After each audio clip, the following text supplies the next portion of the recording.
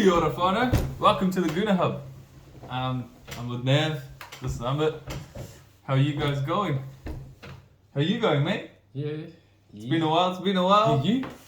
How do you feel? How was the start of the season? Today, that's what we're going to discuss anyway. Yeah. Sorry, I should have said that first. So, the first 3 games of the season, start of the season. Yep. 3 games in. 3 games in. How do you feel about the first 3 games? Yeah. Mate? So it's been a few days after the Fulham game. Mm-hmm. I'm feeling a little bit better. Yeah. Now that we look at it in perspective, we've had 2 wins and 1 draw. Yeah. Not a bad start. No, it's not a bad start. We're top 5. I think we're 5th. No loss, which is a good thing. But 3 games we probably should have won. Well, we won 2. Yeah. Almost won the So, third. I mean, should we go a game at a time? Yeah, Right? let's go. The first game. How do you? What do you think about that one? Yeah. It was okay. It was a bit of a rusty start. Yeah. And it's weird because what we saw in preseason, it looked like we're getting our gears up. Yeah. People were getting into form. Trossard was unplayable, and then what happens? He doesn't start. Yeah, and then I think people Timber got injured. Timber gets injured in the first 20 minutes. Yeah, and then we for whatever reason Keep him on, and then he comes on, and then he has to get ACL. He does an ACL. Maybe we avoid the situation if he's subbed off early. Yeah. But I mean, regardless of Timber getting injured, that's a game that we should have probably. We would have expected a little bit of rustiness, but we would have also expected maybe a better performance. Not to say that it was a bad performance. We kind of pretty much dominated, but you could see our defensive frailties coming in. Yeah. Things weren't clicking all that well. And then got the win. Yeah, we got the win. That's the most important thing. And then I think I feel like we managed the game a lot better. I think we managed the Palace game a lot better. Oh yeah, I mean we had at the end of the game we had like nine defenders. Yeah. Plus Havertz. Yeah. I think it was just all out defend, park the bus. Yeah. And Nketiah, man, Eddie. What a performance that was for Crystal Palace, Jesus. Yeah, I mean, Eddie's been on a couple fire. more goals. Though. Yeah, just to be critical, but I mean, he has been on fire. But who I really liked in that game was Declan Rice. Yeah, it looks like his influence is growing. He's settling more and more into the team. He's understanding the players a little bit better. But it looks like he's quite feisty because I saw him get into a bit of a tussle with Odegaard. Yeah, he really says what he feels and thinks, and in a way it's a good thing. He demands players to perform to what his expectations are. Yeah, and we've needed people like that. Yeah, we have. I think since Wenger, like when Wenger was there, like this is going back a few years. I feel like Arsenal became a complacent team, a luxury. So we've had so many luxury players. Yeah, and so now that Arteta sort of seems to have a more of a cutthroat attitude, and he seems to bring that out in the players too. And he really does. He demands a lot from everyone, including his coaching staff. I feel like we've been crying for them. Remember a few years back, we used to think, isn't someone like gonna yell at these boys? Like, what the hell is this? Yeah. After some performances, So we finally have that. So I feel like it's a good thing, man. Yeah. Crystal Palace, another win. Yeah, we got the win. Again, it was a bit nervy at the end as well. Oh hell yeah! But we managed the game well in that. Like there was a passage. I think we put Jorginho on, and we just kept the balls. Zinchenko, Jorginho was good in that game when he came on. And Zinni as well. Yeah. And then we come to Fulham and another game. Obviously, come into it at home after a win at Palace, expecting to win. What happens? Concede within like a minute and a half. Shit goal. In the first minute. minute. Be honest. Like, the guy mishits it. It's Pereira. He mishits it, yeah. And Ramsdale's kind of backpedaling, doesn't really know where he is. Yeah. Goes into the back of the net. And we started crap that game, but we came back. We fought back, 2 goals. 2 goals, we were all over them. We looked like we're about to win it. Good, they had a red card. Yeah. 2 minutes later, Yeah. City corner, and then it's 2-2. They're down to 10 men. We were a team that came second last year. We're a team that dominates the ball. We try to dominate opposition. Yeah. They're down to 10 men, and we concede a corner, and then we concede a goal. It was a bit of a soft goal. It was a good goal from them. Oh, yeah. It was a good finish. Good, but good soft from us. Like, no one's marking him, no one's picking him up, no one's commanding the box. And again, it's for both the goals, it's our defensive sort of frailty. We're fragile at the back, it seems, and it seems like, Yeah. I guess now's the time to go into it. It's Partey right back. Yeah. Well, I mean, like that goal. Just back to that goal is we just talked about demanding and not being complacent. When they got that free shot on goal, there was 5 Arsenal players around them. Everyone's just watching the ball. No one's taking responsibility. Exactly. It's a reoccurring thing. Hopefully Arteta addresses that, Yeah. Anyway, yeah, next So three games, 2 wins and a draw. Yeah. Not so convincing. There's periods of the game which are very convincing and very good on our part, but also defensively we're a bit fragile. We look to lose concentration. We're conceding soft goals, keep conceding at home, and it's an issue. But the main point is these first 3 games we've seen something from Arteta we haven't seen before, which is he's been experimenting a lot. Yep. He's been experimenting with players and players in different positions. He's even us as fans, we don't know who he's going to be in the starting lineup. Yeah. After pre-season, when you thought, you have to play Trossard, Jesus is out, Trossard's been on fire, you have to play him. What does he do? Plays Eddie. Then when Eddie's on fire and you're like, oh yeah, Eddie looks like he's gonna be the one this season, and then what does he do for Fulham? He puts in Trossard, and it's just like, okay, and then plays Partey at right back. Yeah. Has Gabriel on the bench. I I don't know for what reason. Must be something internal that they've spoken about apparently. But played almost every game last year. He played for 2 seasons straight. He's played every Premier League game. I don't know why he's on the bench. Neither. Again, I think it's. See, I agree with Arteta having to experiment and trying these experiments. I mean, let's go back to last season. The reason why we failed was because we didn't have an answer. We had one style of player, we had one way of playing, and we had a set sort of 11 players. Maybe you had 12 or 13 that you could rotate in or out, with the likes of Trossard or Jorginho coming in. But it was quite set, and I think you could expect the same thing every week. And when he didn't really change his team, right? He didn't really change the team too much. Didn't really change our tactics. Didn't really change the way we set up. And I think teams found us out. They obviously knew that Zinni was gonna always come into the midfield from the left. We so people prepared for that. People exploited that. And then injury to Jesus, injury to Saliba at crucial moments. Saliba was the big one though. It was, but then again, once Saliba gets injured, and you have Tommy out as well, we didn't really have any other way of trying to work out a solution at that point. And it was at a stage of the season where we're in the title race, and it's not a time where you can experiment. And some of Arteta's decision making was questionable, but I feel like this season he's kind of taken City's format. Because City last season, at the start of the season, they experimented quite a lot. Pep, altered the formations, trialed different people in different positions. And so I think he's looked at that and gone, okay, yeah, we kind of need to do the same. We don't need to be at the top of the league at the start of the season. We just need to kind of be there or keep the opposition guessing. Yeah. Keep everyone that we're playing against guessing, and when you think that you've figured out how we're going to line up, he does something different. Yeah. Which I get, with the Partey, with him dropping to right back, playing Rice as the CDM, and then starting Eddie, and then starting Trossard, because they're both very different players. Partey at right back offers us something different. Yeah.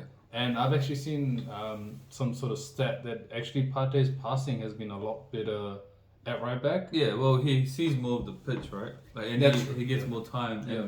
the guy's like his vision, his touches, his passing is like next to no one almost. You know, he's A lot of his top class. progressive passing has been better stat wise than when he is in the CDM position. Yeah, you would. I reckon you'd expect that. Like any midfielder that moves to like one of the wide back roles, their touches and passing range is obviously better. And then I also think that the injury to Timber has kind of forced Arteta to go, okay, What's can my we, options? Yeah.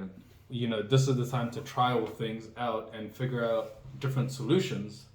Because if this happens to someone else, I mean, Zuni's quite injury prone, Tommy's quite injury prone. Yeah, and then like last year we lost Saliba, right? So this year playing White, sort of more centrally.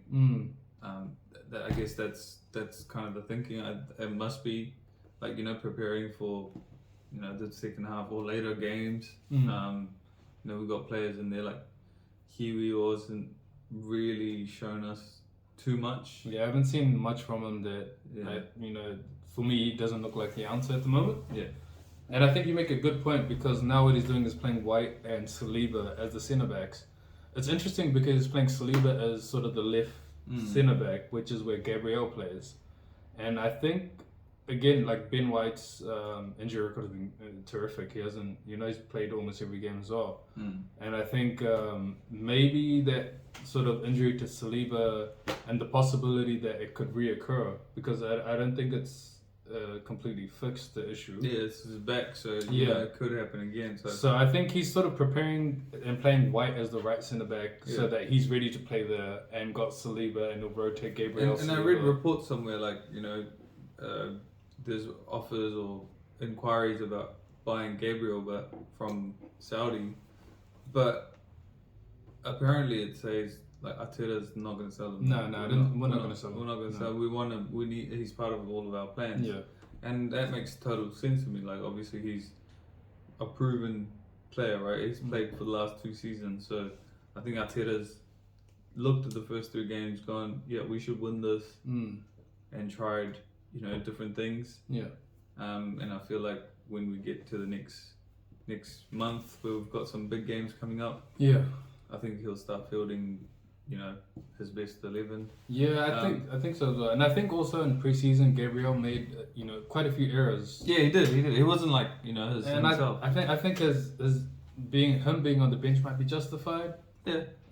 He's also a young player, so he probably needs a like, you know, sometimes you do need some time to, you know, rest and see others in front of you that drives you to, you know, be better. Yeah. Because he's kind of stagnated over the last couple of years. It was really good last year, but we want him to be better, you know. Even better, yeah. And I think Arteta's doing that.